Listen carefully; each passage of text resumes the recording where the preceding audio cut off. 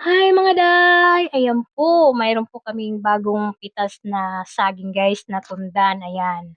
Nakita niyo po guys, napakaganda po ng saging na tundan namin. Ayan po, bagong pitas lang namin yan guys ha, kasi tinanim namin, mga ilang araw lang po siya namin, mga 3 araw lang po siya guys. Tinuba namin, tapos ayan, nahinog na siya agad. Kasi pag magulang talaga ang saging guys, mabilis lang po siya mahinog. Kaya masarap yan, matamis. Ako inuulam ko po yan guys, napakasarap talaga ang saging inuulam mo sa kanin. Yan ang napakasarap guys 'no, napakaganda talaga 'pag mayroon tayong tanim na saging kasi hindi na po tayo bibili ng saging guys kasi alam niyo po ba napakamahal ang kilo ng saging ngayon. Kaya tingnan niyo po napakaganda po talaga guys ang saging, napakakinis po yung balat.